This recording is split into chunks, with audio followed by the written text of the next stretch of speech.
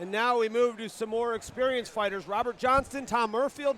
We set it up to Jake Digman as we wait to clear the cage. We set it up to Jake Digman to bring out the first fighter. The following contest is in the RFO middleweight division, and it is brought to you by Linder's Sports Bar and Grill. Introducing first, making his way down the aisle into the blue corner, please welcome Robert Johnston. Robert Johnston comes in a wrestling-based fighter. He's been wrestling for 13 years. But John, he comes from independent. He's an independent fighter, and when there's always questions. Where do you get your rounds in? Who do you fight with? He credits Dan Spring from Gracie Martial Arts, TKO, as someone that he spars with. But he makes no bones about it. He wants to get this fight to the ground. Yeah, and that's, you know what? And that's the problem when you are an independent. If you're at a nice gym that's got a wide array of coaches that can do Muay Thai or Judo or Jiu-Jitsu and wrestling, when you're an independent, you're going to stick with what you've done for 13 years. And are you really evolving as a fighter if you're not adding more tools to your toolbox? And that's, no knock on him. I'm sure he'd take me down and beat the heck out of me. But the question still remains, though, if somebody does stop your takedowns, what if you come up against somebody like an example we used at the start of the show, Cody No Love Garbrandt. He's got a wrestling background. In his 7 UFC fights, have you seen him go to the ground but once? But he uses his wrestling defensively. So exactly, and that's my point. He's able to keep the fight standing, and if you run into that, you have to be able to throw hands. And there's where training independently, it could be a downfall.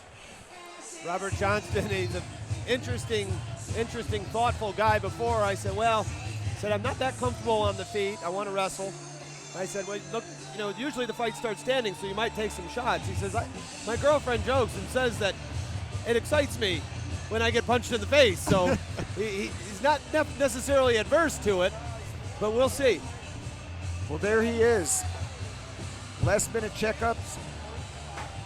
And we are going to get him into the cage here right now. And Jake Digman will introduce the red corner. And his opponent making his way down the aisle into the red corner, please welcome Tom Murfield. As Tom Murfield makes his way to the cage, John Stormack, take it away for the tail of the tape. We're going to see pretty similar as far as their height goes. With 2 inches at this weight class, not the biggest deal in the world. 27 versus 34. Both guys have losing records, but one thing I admire, it's one thing you take a couple of tough losses and to say, okay, I'm done. I admire the guy that says, you know what, no, I'm gaining experience. I'm an amateur. It's not a professional. Once I turn pro, amateur records are out the window, so who cares? He is not a... Tom Murfield coming in on a bit of a losing streak, however, having dropped 4 in a row. Yes, and he's being at, here's RFO Big Guns 20. He has been at RFO Big Guns 16, 18, and 19, all with unfortunate losses. But here he is for the 4th time at RFO 20, looking to turn his fortunes around. Both his victories were due to strikes, referee stoppage. So we're going to see contrasting styles. We're going to see Murfield, who would like to keep it standing and deliver the strikes. And of course, Robert Johnston, who wants to get this fight to the ground and utilize his vast wrestling experience, 13 years. Johnston wrestled at Conneaut High School in Conneaut, Ohio, where he was born and raised. And yeah, when we look at Murfield's record, he started fighting in 2010. From 2011 to 2014, took some time off, and since then he's been fairly consistent.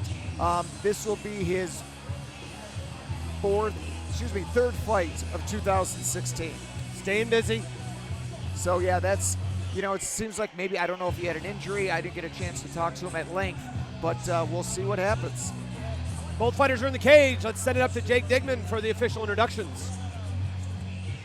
Following contest is in the RFO middleweight division, and it is brought to you by Linder's Sports Bar and Grill. Introducing first in the blue corner, he fights out of Conneaut, Ohio. He weighed in at 185 pounds. He is an independent fighter with a mixed martial arts record of 2 wins with 4 losses. Please welcome Robert the Conneaut Cannon Johnston. His opponent in the red corner, he fights out of Delaware, Ohio. He weighed in at 184 pounds, representing True Warrior MMA with an MMA record, 3 wins, 7 losses. Please welcome Tom Hatchet Warrior Murfield. This bout is scheduled for 3 3-minute rounds. When the action begins, your referee is Mr. Brent Bullock. Middleweight action. Robert the Conneaut Cannon Johnston in white. It's the Hatchet Warrior, Tom Murfield. In black, Brent Bullock, third man in the cage. I'm Ryan Cavanaugh, alongside John Sturmack. And of course, the one and only Mike Roble, cage side, taking the best photographs in mixed martial arts. Check him out at shootitmma.com. You like the action, you want to preserve it with photos, shootitmma.com.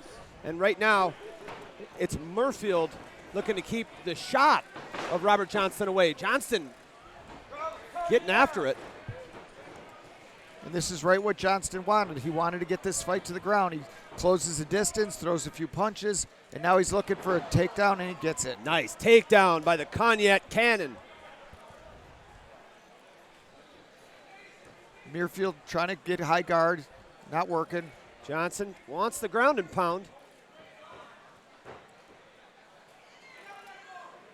What does he have to do to get closer, John? What does he have to do to close his posture up and get within striking range on the ground? He needs to smother his hips more. Because right now, what's happening is Murfield's able to keep his hips at bay, and he's able to shrimp backwards and not let him, don't even think like press down upon, but compress his hips. And he wasn't able to do that. And if you could do that, you could start lending up, just throwing incredible strikes, a la Stipe Miocic in his title defense in Cleveland, Ohio. He was able to smother his opponent's hips and just waylay as he just ground and pounded in guard. Right now, Robert Johnston trying to do the same, and Murfield nearly sweeps him, and Johnston lets him down, and little gamesmanship.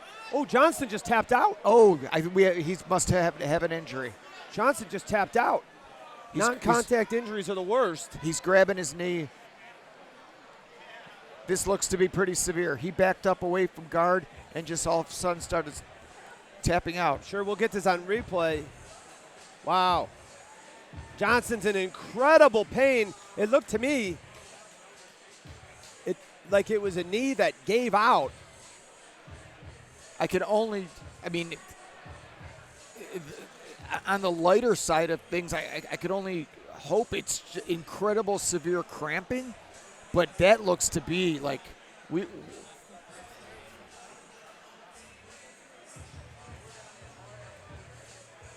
wow, that happened so quick. Even our camera people couldn't catch it. Look, I have no idea what the heck just happened. Out away from the action, and he's pointing to his ankle. You know, I thought right away he was grabbing at his ankle.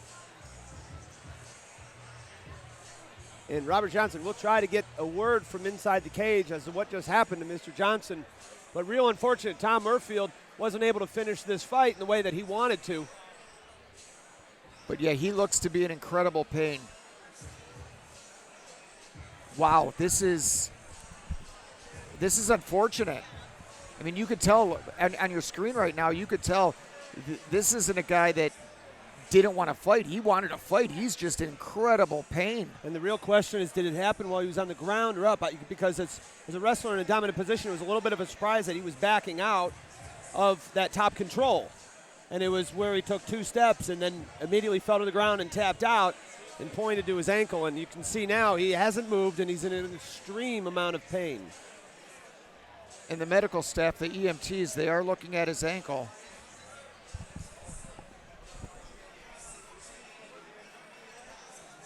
Yeah, I'm sorry for the folks at home that we're not able to give you more information, but this just came at such a shock and out of nowhere that we really don't have anything to say right now, except I hope and pray this is nothing too severe.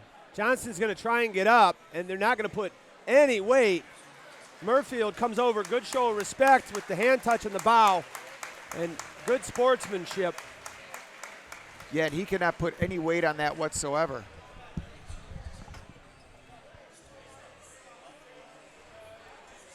Well, nonetheless, here we go, ladies and gentlemen. We're going to be going on to our next fight here pretty soon. Ryan Kavanaugh is trying to find out what may have happened.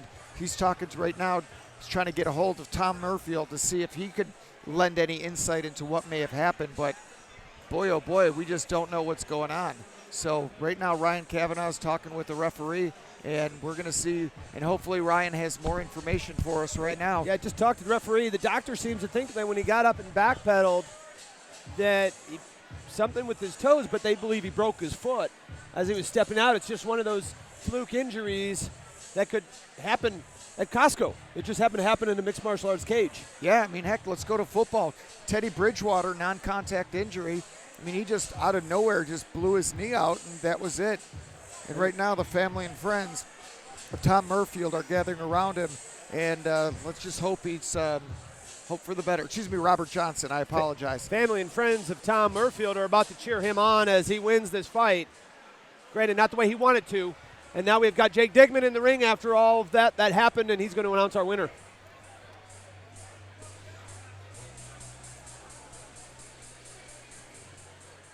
Ladies and gentlemen, referee Brent Bollock calls a stop to the action at 1 minute and 28 seconds of the first round when Robert Johnston was unable to continue due to an accidental injury. Therefore, this bout is declared a no contest.